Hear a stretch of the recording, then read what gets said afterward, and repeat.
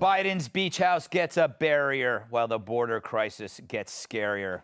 Yes, we can't stop the caravan in our direction, but Joe gets a fence for home protection. The Department of Homeland Security is paying more than $450,000 in taxpayer money for security fencing around Joe's beach house in Delaware. Yes, the same Joe Biden who stopped construction of the wall at the southern border. But to be fair, Joe's fence is mostly to keep him from wandering into the neighbor's yard. He keeps giving speeches from behind the bird bath, and it's just annoying. So, even Biden sees the sense in building a fence. But the optics are worse than an episode of Top Chef featuring Jeffrey Dahmer. Because as Joe's fence goes up, a new caravan with 2,000 migrants is plowing through Mexico like Brian Stelter through a 5-layer wedding cake. He orders them, and he's not even going to a wedding. They've already made their way past Mexican armed forces and are headed this way. In fiscal year 2021, 1.7 million migrants crossed the border illegally, according to U.S. Customs and Border Protection. And there's no solution in sight. Certainly not from Kamala. They put her back to work on the national gender strategy. Probably because she's a dame. A sexist would say. Thank you. President Biden, what gives? Look, don't tell me about the border. I know the border. I've been there.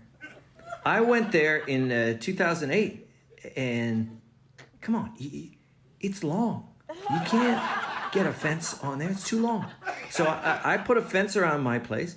Everybody else should do the same thing. It's like a mask, all right? My fence protects you. And $500,000, that's not bad for a fence. I mean, $500,000, that's what Hunter gets for one of his paintings.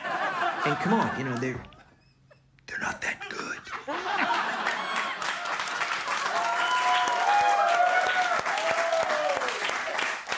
Emily, this is obvious. It's such an obvious comparison to make, but I can't resist it. He gets a wall, America doesn't. He accepts the logic of a wall.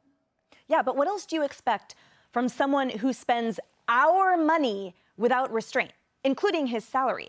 It reminds me of when I used to live in Seattle and I would walk my dog by the lake and a homeless camp was erected like overnight.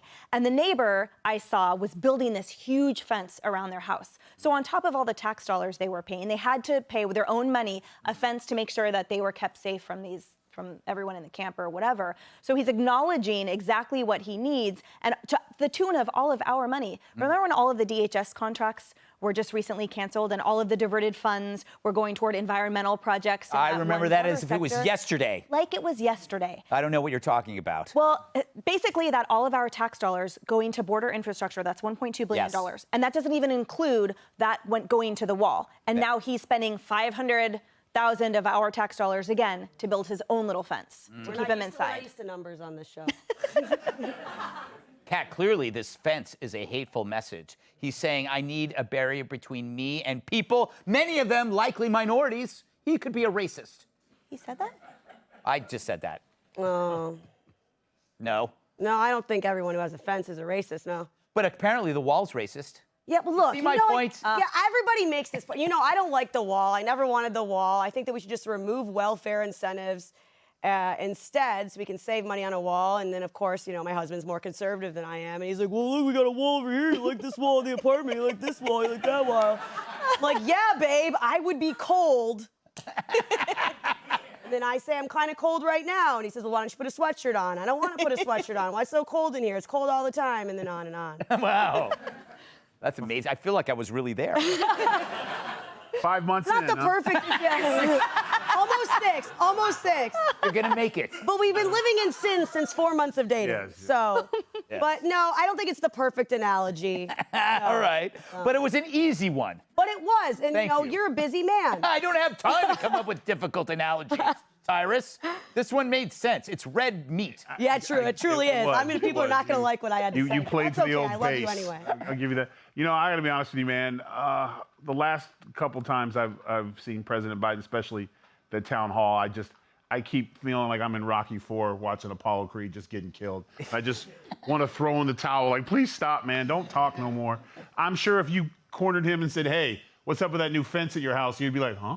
Yeah. I don't think he knows what's going on anymore. And I'm not doing it because it's the joke. It's painful to watch and to see. And the people around him. You're probably 100% right. It was probably his wife put a fence in. Like, literally, we're seeing, but he has such a great ace up his sleeve. Doesn't matter if it's dementia or whatever medical ailment he's having, which is causing him to be slow. It's not just the gaffes anymore. He has this amazing trump card that he can play at any time. You want to get rid of me? Go ahead. Because the Republicans are like, you go with Section 25. No, we're not. No, we're not. No, we're not. No, we're not. Because of what the progressive monster behind him is coming. The machine is coming. So even that's why you're not seeing the right talk that much serious talk about trying to get rid of him, because we can't. The next in line. Curtis, what would you do with the border? Well, first off, the fence is interesting. Some in the audience weren't even birthed at that time, but remember Ali North, Iran? Oh, of course, yeah. Remember how he was savaged because he said, I need an electrified fence around my house. I am the target of terrorists. Right. He was. Well, I look at the wall and I say, that's how terrorists are coming in. As mayor of New York City, if the voters elect me on November 2nd, that's my primary concern, because the third time may be the charm. You know they want New York. Yeah. 1992 they tried. Then, obviously, 9/11, they were successful, but they want to come back, whether it's Al-Qaeda, ISIS, or any of those knockoff groups. They want the Big Apple. The terrorists are coming through that void that's been created. So maybe out of the 2,000 who are marching up through Central America, through Mexico, it could be 10 terrorists in that group. How would we know? There's no vetting process. There's no background checks. And we know already terrorists have been caught of the few that have been in the catch basin. So that is what our biggest concern have to be. If you were a terrorist, right, in some hovel in South Yemen, I'll get you, my little pretty. This will be the big time. What's the best way to get into the country? Right across the border from Mexico into America. I'd be a terrible terrorist because I'm so lazy. No, I think you'd get too nervous. I would get too nervous. You'd talk a lot. You'd talk about it. I would confess before the crime takes place. It'd be a scathing email right before the attack. Yeah. To whom it may I sent one concern. scathing email to you, Tyrus, and you won't let me forget It it. only took one, you little terrorist. You sent us both the scathing. Well, next, if you see something, say something. That's what you do when you see a scathing email. Hey, Sean Hannity here. Hey, click here to subscribe to Fox News YouTube page and catch our hottest interviews and most compelling analysis. You will not get it anywhere else.